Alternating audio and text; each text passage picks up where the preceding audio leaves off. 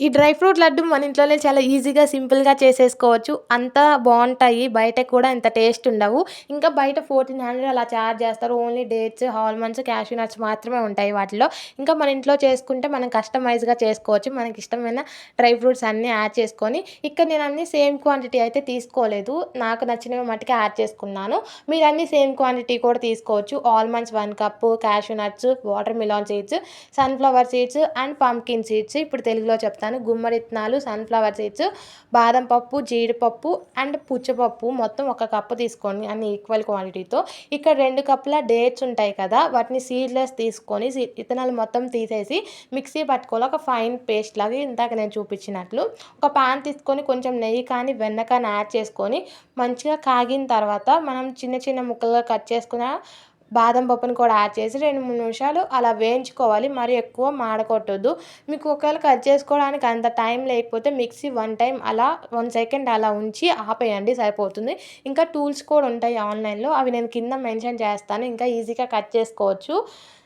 మీకు అంత టైం లేదనుకుంటే ఈ టూల్స్ యూజ్ చేసి ఇక్కడ 2 మినిట్స్ కంటే ఎక్కువ వేయించొద్దు. అండ్ జీడిపప్పు కూడా యాడ్ చేసుకొని మంచిగా వేయించుకోండి. 2 నిమిషాల కంటే ఎక్కువ వద్దు. జీడిపప్పు వెంటనే మాడతాయి కాబట్టి 1 మినిట్ అలా మిగతా డ్రై ఫ్రూట్స్ కూడా యాడ్ చేసుకోండి. Water melon seeds, sunflower seeds and pumpkin seeds కూడా, గుమ్మడి విత్తనాలు, పుచ్చి విత్తనాలు అండ్ సన్‌ఫ్లవర్ సీడ్స్ కూడా యాడ్ చేసుకొని ఒక 2, 3 నిమిషాల కంటే ఎక్కువ వేయించొద్దు. వేయించితే నల్లగా మాడతాయి. ఇంకా తినాలనిపించదు కూడా. చేదుగా అనిపిస్తుంది లడ్డు అనేది. ఇక్కడ మొత్తం మనం వేయించుకునే దాన్ని బట్టే ఉంటుంది. ఒక మంచి అరోమాటిక్ స్మెల్ వస్తుంది. అప్పుడు స్టవ్ ఆఫ్ చేసి పక్కన పెట్టుకోండి. ఒక ప్లేట్‌లోకి తీసుకోండి ఈ నట్స్ మొత్తాన్ని. ఈలోపు నట్స్ కూడా మంచిగా చల్లారుతాయి. మనం వేరే ప్రాసెస్ చేసుకుందాం ఈలోపు. ఒక పాన్ తీసుకొని లేకపోతే అదే పాన్‌లో కొంచెం నెయ్యి కానీ, బటర్ కానీ యాడ్ చేసుకొని మనం మిక్సీ పట్టుకున్న పేస్ట్ ఉంది కదా డేట్స్, అది కూడా యాడ్ చేసి 2, 3 నిమిషాల కంటే ఎక్కువ కలపొద్దు. కలుపుతానే ఉండాలి. మొత్తం నెయ్యి అనేది దీనికి కలిసేంత వరకు డేట్స్‌కి. పచ్చి వాసన పోయి ఒక మంచి స్మెల్ వస్తుంది.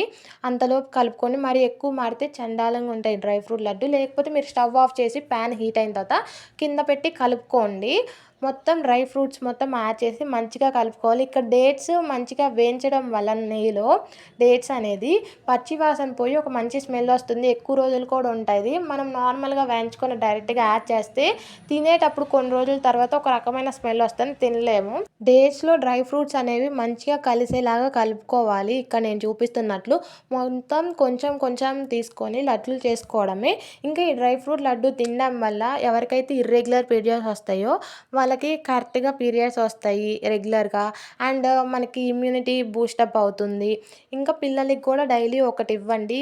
ఇంకా ఎక్కువ యాడ్ చేయొద్దు డేట్స్ అనేవి. చిన్న పిల్లలకి ఇచ్చేలాగైతే డైజెషన్ ప్రాబ్లమ్ అవుతుంది కాబట్టి, పెద్దవాళ్ళు తినేటట్లయితే మీ స్వీట్‌నెస్‌కి బట్టి డేట్స్ యాడ్ చేసుకోవచ్చు. రోజుకి డెఫినెట్‌గా ఒకటి తినండి. ఇంతవరకు ఎవరైతే సబ్స్క్రైబ్ చేయలేదో లైక్ చేయొచ్చుగా. Please do subscribe. బాయ్.